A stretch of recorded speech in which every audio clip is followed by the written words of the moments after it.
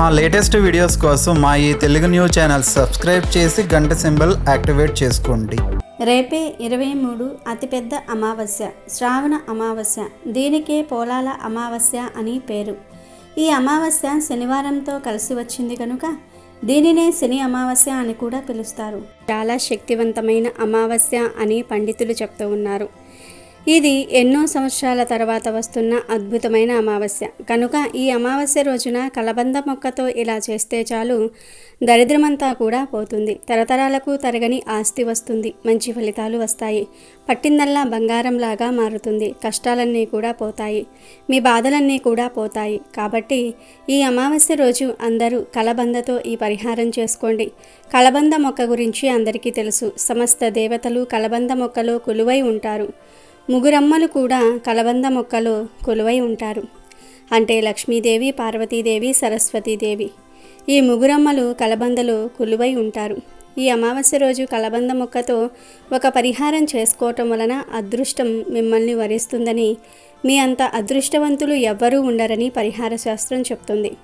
ఈ కలబంద మొక్క పరిహారం చేయటం వలన ధనానికి ధనం వస్తుంది, జనాల ఏడుపులు పోతాయి, దృష్టి దోషాలు, నరదృష్టి, నరకన్ను అన్నీ పోతాయి, నెగిటివ్ ఎనర్జీ పోతుంది, ధన సమస్యలు, ఆర్థిక సమస్యలు, అప్పుల బాధలు అన్నీ పోతాయి. ఈ రోజుల్లో చాలామంది ధన సమస్యలతో, అప్పుల బాధలతో సతమతమైపోతూ ఉన్నారు. ఆ సమస్యల నుండి ఎలా బయటపడాలో తెలియక కొట్టుమిట్టాడుతూ ఉంటారు. కొన్నిసార్లు నరదృష్టి వలన కూడా ధన సమస్యలు వస్తాయి. నరుడి దృష్టి తగిలితే ఏ పనులు ముందుకు సాగవు, సమస్యలు తీరవు, ఎప్పుడూ పేదరికంలోనే మగ్గిపోతూ ఉంటారు. ఇంట్లో గొడవలు వస్తాయి, ఏమీ చేయకపోయినా అందరూ మీ మీద నిందలు వేస్తారు. నరదృష్టి చాలా భయంకరమైనది. నరదృష్టి వలన అనేక అనర్థాలు జరుగుతాయి. ఎంతో శక్తివంతమైన అమావాస్య రోజున కలబంద మొక్కతో ఒక పరిహారం చేసుకుంటే నరదృష్టి అంతా కూడా పోతుంది. ధన సమస్యలు, అప్పులు, గొడవలు అన్నీ పోతాయి, అన్ని రకాల దరిద్రాలు పోతాయి, విపరీత ధనలాభం కలుగుతుంది. మరి ఇంతకీ అతీంద్రియ శక్తులు కలిగిన ఈ అమావాస్య రోజు కలబంద మొక్కతో ఏం చేయాలి అనే విషయాన్ని ఇప్పుడు మనం ఈ వీడియోలో వివరంగా తెలుసుకుందాము. ఫస్ట్ అయితే కామెంట్ బాక్స్లో జై శ్రీరామ్ అని కామెంట్ చేయండి. అలాగే ఈ వీడియోకి ఒక లైక్ కొట్టి మా ఛానల్ని సబ్స్క్రైబ్ చేసుకోవటం అస్సలు మర్చిపోవద్దు. శనివారము అమావాస్య తిథి కలిసి వస్తే దానిని శని అమావాస్య అంటారు. శనిదేవుడికి శని అమావాస్య అంటే చాలా ఇష్టం. శనిదేవుడు నీతిమంతుడు. చెడు చేస్తే చెడు ఫలితాలు, మంచి చేస్తే మంచి ఫలితాలు తీసుకురాగలవాడు. కాబట్టి తప్పులు చేయని వారు శనిదేవుణ్ణి చూసి భయపడవలసిన పని లేదు. ఎందుకంటే శనిదేవుడు ఎవరిని అనవసరంగా హింసించడు. శనీశ్వరుడి నామంలోనూ శని, ఈశ్వరుడు అనే శబ్దం రావటంతో ఈయన కూడా ఈశ్వరుడిలాగా, వెంకటేశ్వరుడిలా మనల్ని అనుగ్రహిస్తాడని శాస్త్రాలు చెప్తూ ఉన్నాయి. ఈరోజు నవగ్రహ మండపానికి వెళ్ళి శనీశ్వరుడికి భక్తితో నమస్కారం చేయండి. ఇలా నమస్కరించటం వల్ల, శనివార నియమాల్ని పాటించటం వల్ల, ఆయనకు ఇష్టమైన చిమ్మిలి నివేదనం చేయటం వల్ల, శివారాధన చేయటం వల్ల శని తప్పక అనుగ్రహిస్తాడు. గ్రహరీత్యా ఏ గ్రహమైనా సరే మీకు యోగంతో పాటు పీడను కూడా కలిగిస్తుంది. శనీశ్వరుడు కూడా అంతే. ఆయన నివాసం ఉన్న స్థానాన్ని బట్టి జన్మ శని, ద్వాదశ శని లేదా ద్వితీయ శనిగా కొద్దిగా కష్టాలకు గురి చేస్తాడు. ఎవరైతే శనీశ్వరుని భక్తిగా పూజించి గౌరవిస్తారో అలాంటి వాళ్లను శనిదేవుడు అనుగ్రహిస్తాడు. అయితే ఎప్పుడూ కూడా శనిపీడ రావాలనే కోరుకోవాలి. ఎందుకంటే శనీశ్వరుడు కొద్దిగా పీడించాడంటే దానికి 100 రెట్ల యోగాన్ని, ఐశ్వర్యాన్ని మీకు అందించి వెళ్తాడు. శనీశ్వరుడి ప్రభావం కోరుకోకపోతే ఆయన ఇచ్చే యోగము, ఐశ్వర్యము కూడా రాదు. అందుకే శనీశ్వరుడు పీడించాలి, దానికి 100 రెట్లు యోగాన్ని, ఐశ్వర్యాన్ని కలిగించాలని భక్తి శ్రద్ధలతో కోరుకొని ఈరోజు శనీశ్వరుని ఆరాధించాలి. శని అమావాస్య రోజున పుణ్యస్నానం చేయటం, దానం చేయటం వల్ల పుణ్యం లభిస్తుంది. ఈ రోజున పూర్వీకులను కూడా పూజిస్తారు. ఈ అమావాస్య రోజున పిండదానం, తర్పణము, శ్రాద్ధ కర్మలు చేయటం వల్ల పూర్వీకుల ఆత్మలు సంతృప్తి చెంది ఆనందంగా ఉంటారు. అయితే ఎంతో శక్తివంతమైన ఈ శని అమావాస్య రోజు పొరపాటున కూడా కొన్ని వస్తువులను కొని ఇంటికి తీసుకురాకూడదు అని శాస్త్ర పండితులు చెప్తూ ఉన్నారు. ఈరోజు పొరపాటున ఈ వస్తువులను కొంటే శని పట్టి పీడిస్తాడు. 100లో 99 మందికి ఈ విషయం గురించి తెలియదు. మరి ఆ వస్తువులు ఏమిటి అంటే, ఈరోజు చెక్కతో చేసిన ఫర్నిచర్ కొనకూడదు. అలాగే వంకాయలు, నల్ల మిరియాలను కూడా కొనకూడదు. పొరపాటున కొంటే శనిదేవుడికి ఆగ్రహం వస్తుంది, ఇంట్లోని సంపద హరించుకుపోతుంది. శని అమావాస్య రోజు ఉప్పును కూడా కొనకూడదు. కాదని కొంటే ఆర్థిక సమస్యలు వస్తాయి. అలాగే ఈరోజు కొత్త వాహనాలు అంటే కార్లు, బైక్లు కొనకూడదు. కొంటే ప్రమాదాల బారిన పడతారు. అదేవిధంగా ఈరోజు మినప్పప్పు, వంట నూనెను కూడా అస్సలు కొనకూడదు. కానీ ఈరోజు వీటిని ఎవరికైనా సరే దానం ఇస్తే చాలా మంచిది. ఆవాలను, ఆవ నూనెను కూడా ఈరోజు కొనకూడదు. కానీ ఈరోజు ఆవ నూనెను లేదా నువ్వుల నూనెను శని విగ్రహంపై పోసి అభిషేకం చేస్తే చాలా మంచిది. ఇవే ఈరోజు కొనకూడని వస్తువులు. ఒక వీడియోలోకి వస్తే కలబంద మొక్కకు నరదృష్టిని తొలగించే అద్భుత శక్తులు ఉన్నాయి. అంతేకాదు కలబంద మొక్క మన కష్టాలను తీర్చగలదు, మన జీవితాన్ని అద్భుతంగా మార్చగలదు, దరిద్రాలన్నీ కూడా వదిలించగలదు. దరిద్రం అంటే ధనం లేకపోవటం అని చాలామంది భావిస్తూ ఉంటారు. కానీ దరిద్రం అంటే ధనం లేకపోవటం ఒక్కటే కాదు, మంచి ఆరోగ్యం లేకపోతే అది దరిద్రమే. కడుపు నిండా తినలేకపోవటం దరిద్రమే. కంటి నిండా నిద్రించలేకపోవటం దరిద్రమే.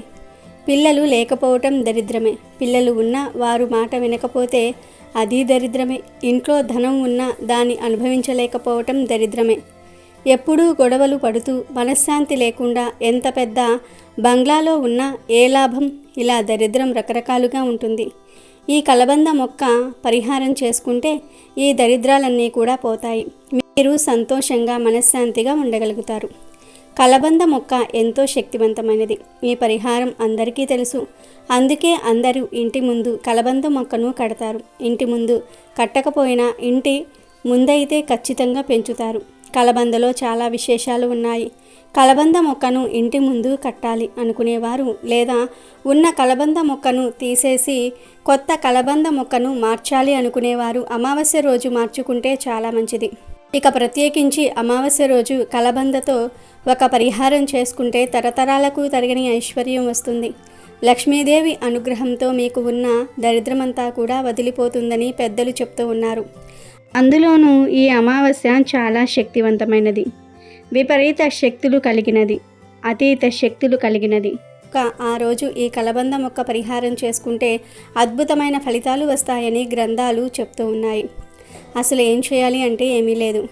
ఈ అమావాస్య రోజు చక్కగా ఒక కలబంద మొక్కను తెచ్చుకోండి. వేర్లతో సహా పీకి తెచ్చుకోండి. మీ ఇంటి దగ్గర పెంచుకునే మొక్కను అయినా సరే పరిహారానికి వాడుకోవచ్చు, లేదా బయట నుండి సపరేట్గా అయినా సరే తెచ్చుకోవచ్చు. ఇలా కలబంద మొక్కను తెచ్చుకొని ఆ మొక్కను ముందు తడి వస్త్రంతో తుడవండి. తర్వాత ఆ కలబంద మొక్కకు పసుపు కుంకుమలతో బొట్లు పెట్టండి. ముందు పసుపు బొట్టు పెట్టి ఆ పైన కుంకుమ బొట్టు పెట్టండి. తరువాత ఈ కలబందను తీసుకుని వెళ్ళి ఒక ప్లేట్లో పెట్టండి. రాగి, ఇత్తడి, స్టీల్, గాజు ఇలా ఏ ప్లేట్లో పెట్టినా పర్వాలేదు. ప్లేట్లో పెట్టిన తర్వాత ఈ ప్లేట్లోనే కొన్ని ఆవాలను వేయండి. అంటే 1 స్పూన్ ఆవాలను ప్లేట్లో పోసేయండి. ఆ పైన చిటికెడు కర్పూరం పొడిని కూడా వేయండి. చిటికెడు కుంకుమను వేయండి. కలబంద, ఆవాలు, కర్పూరము, కుంకుమ ఇవన్నీ కూడా నెగిటివ్ ఎనర్జీని ప్రారద్రోలి పాజిటివ్ ఎనర్జీని అట్రాక్ట్ చేసే వస్తువులు కనుక వీటన్నిటినీ కూడా ప్లేట్లో వేయండి. వీటితో పాటు 5 యాలకులను కూడా ప్లేట్లో వేయండి. ఎందుకంటే యాలకులంటే లక్ష్మీదేవికి ఎంతో ఇష్టం. యాలకులు చెడును తొలగించేస్తాయి, నెగిటివ్ ఎనర్జీని పోగొట్టేస్తాయి, దరిద్రాన్ని తీసివేస్తాయి, మంచిని ఆకర్షిస్తాయి. కనుక 5 యాలకులను కూడా ప్లేట్లో వేయండి. తర్వాత వీటన్నిటికీ ధూపం చూపించి ఈ ప్లేట్ను చేతిలో పట్టుకొని ఒక్కసారి ఇల్లంతా తిరగండి. అన్ని గదుల్లో తిరగండి. బెడ్రూము, పూజా రూము, కిచెన్లో ఇలా బాత్రూమ్ తప్ప అన్ని రూముల్లో కూడా తిరిగేయండి. చివర్లో హాల్లోకి తీసుకుని వచ్చి ఈ ప్లేట్ను అలా అక్కడ అందరికీ కనిపించేలాగా ఏదైనా ఒక టేబుల్ మీద కానీ నేల మీద కానీ పెట్టి వదిలివేయండి. మీ ఇంట్లో చిన్న పిల్లలు ఉంటే ఆ పిల్లలకు అందకుండా కొంచెం ఎత్తులో పెట్టండి. పెట్టి అలా వదిలివేయండి. అలా పెట్టడం వలన మీ ఇంట్లోని సమస్యలన్నీ కూడా పోతాయి, నెగిటివ్ ఎనర్జీ అంతా కూడా పోతుంది. మీ ఇంటికి ఉన్న నరదృష్టిని ఈ వస్తువులు లాగేసుకుంటాయి. ఈ ప్లేట్ను అలాగే 3 వారాల పాటు ఉంచవచ్చు. 3 వారాల తర్వాత ఈ ప్లేట్ను తీసి దానిలోని ఆవాలను, కుంకుమను, కలబంద మొక్కను పారే నీటిలో పడవేయాలి. కావాలంటే ఆ కలబంద మొక్కను మీ ఇంటి దగ్గర పాతుకుని పెంచుకోవచ్చు, తప్పేమీ లేదు. అనుమానంగా ఉంటే పారే నీటిలో పడవేయవచ్చు. అమావాస్య కలిసి వచ్చిన రోజున కలబంద మొక్కతో ఈ తేలికపాటి పరిహారం చేసుకుంటే చాలా అద్భుతాలు జరుగుతాయి. దరిద్రమంతా కూడా పోతుంది, ధన సమస్యలు పోతాయి, ధనలాభం కలుగుతుంది, తరతరాలకు తరగని ఐశ్వర్యం వస్తుంది. మీరు మీ ఇంట్లో వారందరూ కూడా సంతోషంగా ఉండగలుగుతారు. లక్ష్మీ అనుగ్రహం కలుగుతుంది. మీకు అన్ని శుభాలే జరుగుతాయి. ఔషధ మొక్కగా కలబంద ప్రసిద్ధి చెందింది. ఎక్కువగా చర్మ సంరక్షణ ఉత్పత్తుల్లో, ఇతర ఉత్పత్తుల్లో కలబందను విరివిరిగా వాడతారు. కలబంద మొక్కను ఇంట్లో పెంచుకోవటం వల్ల ప్రతికూల శక్తులన్నీ కూడా తొలగిపోయి సానుకూల శక్తులు మీ ఇంట్లోకి ప్రవేశిస్తాయి. ఆరోగ్యపరంగా కలబందలో ఉండే పోషకాలు మనకు చాలా రకాలుగా మేలు చేస్తాయి. కలబందకు దుష్ట శక్తులను ఆకర్షించే సామర్థ్యం ఉందని నమ్ముతారు. ఈ మొక్క గాలిని మాత్రమే వినియోగిస్తూ నీరు లేకుండా కూడా ఎక్కువ కాలం చెక్కు చెదరకుండా బ్రతుకుతుంది. వాస్తుశాస్త్రం ప్రకారం కలబంద మొక్కను అదృష్ట మొక్క అంటారు. ఈ మొక్కను ఇంట్లో నాటుకుంటే చాలా శుభప్రదం. ఈ మొక్కతో మనిషి జీవితంలో వచ్చే సమస్యలన్నీ కూడా తొలగిపోతాయి. కలబంద మొక్కను ఏ దిశలోనైనా సరే నాటవచ్చు. మీరు కూడా ఈ అమావాస్య రోజు కలబంద మొక్కతో ఈ పరిహారం చేసి శుభ ఫలితాలను పొందండి. శ్రావణ అమావాస్య శనివారం రావటం వలన దీనిని శని అమావాస్యగా పిలుస్తారు. ఇది చాలా శక్తివంతమైన అమావాస్య. శ్రావణ అమావాస్యతో కలిసి వచ్చిన ఈ శని అమావాస్య రోజు ఏ సమయంలో అయినా సరే కాకి కనిపిస్తే ఇప్పుడు మనం చెప్పుకోబోయే ఈ పనిని చేశారంటే శని దోషాల నుండి విముక్తి కలుగుతుంది. అంతేకాదు శనిదేవుడు ఎంతో సంతోషించి మీకు సకల ఐశ్వర్యాలను కలిగిస్తాడని పండితులు అంటూ ఉన్నారు. మరి ఈ శని అమావాస్య రోజు కాకి కనబడితే ఏం చెయ్యాలో ఇప్పుడు మనం ఈ వీడియోలో వివరంగా తెలుసుకుందాము. ఈ శని అమావాస్య అంటే శనిదేవుడికి ఎంతో ప్రీతి. శనిదేవుడి వాహనం కాకి. మనం ఉదయం నిద్ర లేచినప్పటి నుండి సాయంత్రం చీకటి పడే వరకు నిత్యం మనకు కాకులు కనిపిస్తూనే ఉంటాయి. పగలు 12 గంటల పాటు మన మధ్య తిరిగే కాకి మన దైనందిన జీవితాన్ని శాసించగలదు. కాకి గురించి శకునాలు కూడా ప్రచారంలో ఉన్నాయి. శరీరం రంగు నల్లగా ఉంటే కాకిలా నల్లగా ఉన్నావు అని అంటూ ఉంటారు. అదే గట్టిగా గోల చేస్తూ అరిస్తే కాకిలా ఎందుకు అరుస్తూ ఉన్నావు అని మందలిస్తారు. అలాగే కాకి తలపై తన్నితే దోషం అని భయపడుతూ ఉంటారు. మరోవైపు పితృదేవతలకు ప్రతినిధిగా పిలుస్తూ ఉంటారు. కాకి ఇంటి దగ్గర గోడపై వాలి అరిస్తే ఇంటికి బంధువులు వస్తున్నారేమోనని చాలామంది అనుకుంటూ ఉంటారు. కానీ కాకి బంధువులు వచ్చే విషయాన్ని ముందుగానే పసిగడుతుందా అనే సందేహం చాలామందికి ఉంటుంది. కాకి అరుపుకు రామాయణంలో ఒక కథ ఉంది. ఆంజనేయుడు సీతమ్మను వెతుక్కుంటూ లంకకు వెళ్తాడు. అతను సీతమ్మ దగ్గరకు రాగానే చెట్టుపై ఉన్న కాకి గట్టిగా అరుస్తుంది. అలా అది ఆంజనేయుడు వచ్చిన వార్తను సీతమ్మకు తెలియజేసిందని ఈ నమ్మకం పుట్టుకొచ్చింది. అంతేకాదు ఆంజనేయుడు రావటం సీతమ్మకు శుభవార్తే కాబట్టి కాకి అరిస్తే శుభవార్త వస్తుందని కూడా నమ్ముతూ ఉంటారు. కానీ కాకి తలపై తన్నితే భయపడే అపనమ్మకం ఒకటి ఉంది. కాకి శని వాహనం కాబట్టి కాకి తలకు తగిలితే శని దోషం చుట్టుకుంటుందని, యముడు కాకికి సంకేతం అని చాలామంది భయపడుతూ ఉంటారు. కానీ దీనికోసం భయపడవలసిన పని ఏమీ లేదని జ్యోతిష్య శాస్త్రం చెప్తుంది. అప్పటికీ భయంగా ఉంటే చక్కగా శివాలయానికి వెళ్ళి నువ్వుల నూనెతో దీపం వెలిగించి అభిషేకం చేయించుకుంటే దోషం మొత్తం కూడా పోతుంది. కాకి ఇంటి ముందు పదే పదే అరిస్తే దేనికి సంకేతం? జంతువులు, పక్షులు హిందూ సాంప్రదాయంతో అనేక నమ్మకాలు కనెక్ట్ అయి ఉన్నాయి. మనం ఇంటి నుంచి బయటకు వెళ్ళేటప్పుడు కొన్ని జంతువులు ఎదురైతే శుభం కలుగుతుందని, మరికొన్ని జంతువులు ఎదురైతే అశుభం కలుగుతుందని పెద్దలు చెప్తూ ఉన్నారు. అలాగే కాకి గురించి కూడా చాలానే ఉన్నాయి. మన పూర్వీకుల ప్రకారం మనిషి జీవితం కాకితో ముడిపడి ఉంటుందని విశ్వసిస్తూ ఉంటారు. అలాగే చనిపోయిన పూర్వీకులు కూడా కాకి రూపంలో తిరుగుతూ ఉంటారని నమ్ముతారు. మనం బయటకు వెళ్ళేటప్పుడు కాకి వచ్చి గట్టిగా అరిస్తే మీరు చేపట్టబోయే పనిలోని విజయం సాధిస్తారనేది సంకేతం. నీళ్లు నిండుగా ఉన్న కుండపై కాకిని ఎవరైనా సరే చూస్తే వారు త్వరలోనే ధనవంతులవుతున్నారని జ్యోతిష్యులు చెప్తూ ఉన్నారు. నోటితో కాకి ఏదైనా పట్టుకొని దాన్ని మనిషిపై పెడితే అది అశుభానికి సంకేతం. కాకి మాంసం ముక్కను పట్టుకెళ్తూ కింద ఏ వ్యక్తిపై అయినా సరే పడేస్తే ఆ వ్యక్తికి మరణం సంభవిస్తుంది. కాకి ఎగురుతూ వచ్చి తాకితే ఆ వ్యక్తి అనారోగ్యానికి గురి అవుతారు. కాకులన్నీ కూడా ఒక సమూహంగా ఏర్పడి ఒక స్థలంపై కూర్చుని అరిస్తే ఆ స్థల యజమానికి కానీ లేకుంటే ఆ చుట్టుపక్కల ఉన్నవారు సమస్యల్లో పడతారు. ఒక వ్యక్తి తల మీద కాకి వాలితే వారు సమాజంలో గౌరవాన్ని కోల్పోతారు. కాకి మహిళ ఒళ్ళో కానీ తలపై కానీ కూర్చుంటే భర్త సమస్యల్లో పడతాడని సంకేతం. సాయంత్రం వేళ కాకి ఆగ్నేయం వైపు నుంచి చూస్తే ద్రవ్యలాభం పొందుతారు. కాకి గట్టిగా అరుస్తూ రెక్కలతో కొట్టుకుంటూ ఉంటే దగ్గరలో ఉన్న వ్యక్తి మరణించటం ఖాయమని జ్యోతిష్యులు చెప్తూ ఉన్నారు. ఇవే పూర్వం నుండి కాకి గురించి ఉన్న మన నమ్మకాలు. కాకి ఇంటి పరిసర ప్రాంతాల్లోనికి వచ్చినప్పుడు బియ్యం గింజలను వేస్తే దరిద్ర దేవత ఇంట్లో నుండి బయటికి వెళ్ళిపోతుంది. ముఖ్యంగా శ్రావణ అమావాస్యతో కలిసి వచ్చిన ఈ శని అమావాస్య రోజు కాకికి ఆహారం పెడితే శని అనుగ్రహం కలుగుతుంది. కాబట్టి కాకి ఇంటి దగ్గరకు వచ్చి వాలినప్పుడు కొన్ని బియ్యపు గింజలను వేసి పంపించండి. ఇలా చేస్తే దరిద్ర దేవత మీ ఇంట్లో అస్సలు అడుగు కూడా పెట్టదు. లక్ష్మీదేవి సిరుల వర్షాన్ని కురిపిస్తుంది. ఆ లక్ష్మీదేవిని శనిదేవుడే స్వయంగా మీ ఇంటికి పంపిస్తాడు అని పెద్దలు అంటూ ఉన్నారు. ఈ శని అమావాస్య రోజు మీకు ఏ సమయంలో అయినా సరే కాకులు కనిపిస్తే ఈ ఒక్క పనిని చెయ్యండి, చాలు మీకు రాజయోగం కలుగుతుందని జ్యోతిష్యులు అంటూ ఉన్నారు. మీకు ఉండే శని దోషాలు కూడా పోయి శనిదేవుని అనుగ్రహం కూడా కలుగుతుందని చెప్తూ ఉన్నారు. ఈరోజు ఎప్పుడైనా సరే కాకి కనిపిస్తే ఏదో ఒక ఆహారాన్ని పెట్టండి. అలా ఆహారం పెట్టిన తర్వాత కాకి ఆ ఆహారం తింటున్న సమయంలో 3 సార్లు సం శనేశ్వరాయ నమః అనుకోండి.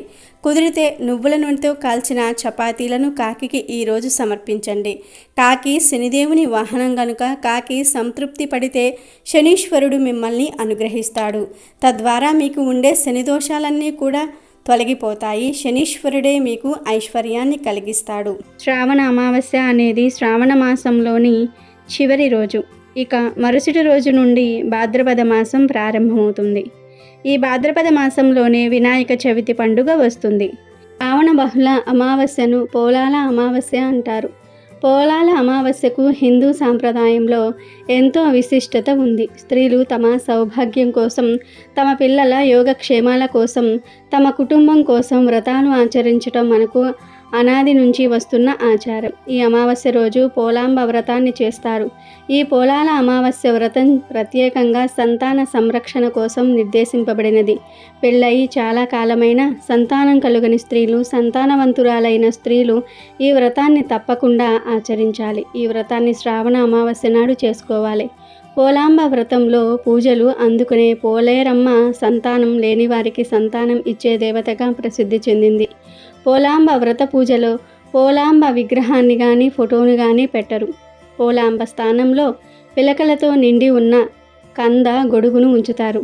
దీనిని పోలకమ్మ అంటారు. పోలకమ్మకు పసుపు కుంకుమలు పెడతారు. పోలాల అమావాస్య పూజ ఎలా చేయాలంటే ముందు స్త్రీలు ఉదయమే నిద్రలేచి శుచిగా స్నానం చేసుకొని ఇంటిని శుభ్రపరచుకొని పూజ చేసే చోట శుభ్రంగా అలికి వరిపిండితో ముగ్గు వేసి ఒక కంద మొక్కను ఉంచి దానికి పసుపు కొమ్ము కట్టిన 4 తోరాలను అక్కడ ఉంచి ముందుగా వినాయకుడికి పూజను చేయాలి. కంద మొక్క దొరకని పక్షంలో కంద పిలక పెట్టి పూజ చేసుకొనవచ్చును. తర్వాత మంగళగౌరీ దేవిని కానీ సంతాన లక్ష్మిని కానీ ఆ కంద మొక్కలోనికి ఆవాహన చేసి షోడశోపచార పూజను చేయవలెను. 9 పూర్ణం బూర్లు మరియు 9 గారెలు, 9 రకముల కూరగాయలతో చేసిన ముక్కల పులుసు అమ్మవారికి నైవేద్యంగా సమర్పించాలి. తదుపరి కథను చదువుకొని కథా అక్షింతలను శిరస్సున ధరించాలి. అనంతరం బాగా సంతానవతి అయిన పెద్ద ముత్తైదువును అంటే మంచి సంతానవతి అయిన పెద్ద ముత్తైదువును పూజించి నైవేద్యం పెట్టని 9 పూర్ణం బూర్లు ఒక తోరాన్ని ఆమెకు వాయనంగా సమర్పించాలి. తాంబూలంలో కొత్త చీర, రవికిల గుడ్డ పెట్టి ఆమెకు సమర్పించి దీవెనలు అందుకోవాలి. ఆ తరువాత కంద మొక్కకు ఒక తోరాన్ని కట్టాలి. మరొకటి తమ మెడలో కట్టుకుని అంటే వ్రతం చేసిన స్త్రీ మెడలో కట్టుకుని మిగిలిన తోరాన్ని తన ఆఖరు సంతానం మొలలో కట్టాలి. ఈ విధంగా కట్టడం వల్ల పిల్లలకు అకాల మృత్యువు భయం ఉండదని శాస్త్రవచనం. సంతానం ఇంకా లేనివారు ఇక్కడ ఉన్న పిల్ల కంద మొక్కకు మిగిలిన తోరణాన్ని సమర్పించవచ్చును. ఇక ఏ ఏ నైవేద్యములను సమర్పించాలంటే ఆడపిల్ల కావాలనుకునేవారు లేదా ఆడపిల్లలు ఉన్నవాళ్ళు గారెలు సమర్పించాలి. మగపిల్లవాడు కావాలనుకునేవాళ్ళు లేదా మగపిల్లలు ఉన్నవాళ్ళు బూరెలు అమ్మవారికి సమర్పించాలి. పూర్ణం బూరె పూర్ణం గర్భానికి చిహ్నం. అందులోని పూర్ణం గర్భస్థ శిశువుకు చిహ్నం. స్త్రీకి మాతృత్వం కూడా అంత మధురమైనది కనుక పూర్ణం బూరెలు వాయనంగా ఇవ్వాలనే నియమాన్ని విధించారు. గోదావరి జిల్లాలో కొందరు పనస ఆకులతో బుట్టలు కుట్టి ఇడ్లీ పిండి అందులో నింపి ఆవిరి మీద ఉడికించి దానిని కూడా అమ్మవారికి నైవేద్యం పెడతారు. వీటినే పొట్టిక్క బుట్టలు అని కూడా అంటారు. ఉభయ గోదావరి జిల్లాల వాసులు శ్రావణ అమావాస్యను పోలాల అమావాస్య అని పిలుస్తారు. ఈ అమావాస్యకు గోదావరి నది పొర్లి పొర్లి వస్తుందని నానుడి. పోలాల అమావాస్యనే పోలామ అని కూడా అంటారు. పోలా అంటే కడుపు నిండా మేత మేసి నీరు తాగి పని పాటు లేకుండా ఉన్న ఎద్దు అని అర్థం. ఆమ అంటే అమావాస్య అని అర్థం. పోలామ అంటే ఎద్దులను బాగా మేపే అమావాస్య అని అర్థం. అంధకాసురుడు అనే రాక్షసుడు బ్రహ్మను గురించి తపస్సు చేసి అనేక వరాలు పొందుతాడు. గర్వంతో అతడు ఒకసారి పార్వతీదేవినే కామించాడు. శివుడు భూలోకానికి వెళ్ళిన వేళను కనిపెట్టి అంధకాసురుడు పార్వతి దగ్గరకు వెళ్ళి తన దుష్ట చింతనను వ్యక్తం చేశాడు. అది చూసి వాకిట కాపలా కాసే నంది ఆ అసురునితో యుద్ధానికి తలపడ్డాడు. ఇంతలో శివుడు వచ్చి అంధకాసురుని హతమార్చాడు. ఈ సందర్భంలో నంది తనకు చేసిన సాయానికి మెచ్చి శివుడు తనను ఏదైనా వరం కోరుకోమన్నాడు. అప్పుడు నంది ఇలా కోరుకున్నాడు. మహర్నిషి అయిన శిలాధుని పొలంలో ఆది వృషభ రూపాన అతనికి నేను దొరికిన రోజు శ్రావణ మాసం అమావాస్య తిథి. ఆనాడు వృషభ పూజ చేసే భక్తుల కోరికలు నెరవేర్చినట్లుగా అనుగ్రహించండి అన్నాడు. శివుడు తదాస్తు అన్నాడు. అప్పటి నుంచి శ్రావణ అమావాస్య నాడు గో వృషభ పూజ వాడుకయింది. ఈ పూజ తెలుగు రాష్ట్రాలలో అక్కడక్కడ మాత్రమే చూస్తాం. వ్యవసాయం చేసేవారు ఈరోజు ఎద్దులకు పూజ చేస్తారు. వ్యవసాయం లేనివారు ఎద్దు బొమ్మలు మట్టితో చేసి వాటికి పూజ చేస్తారు.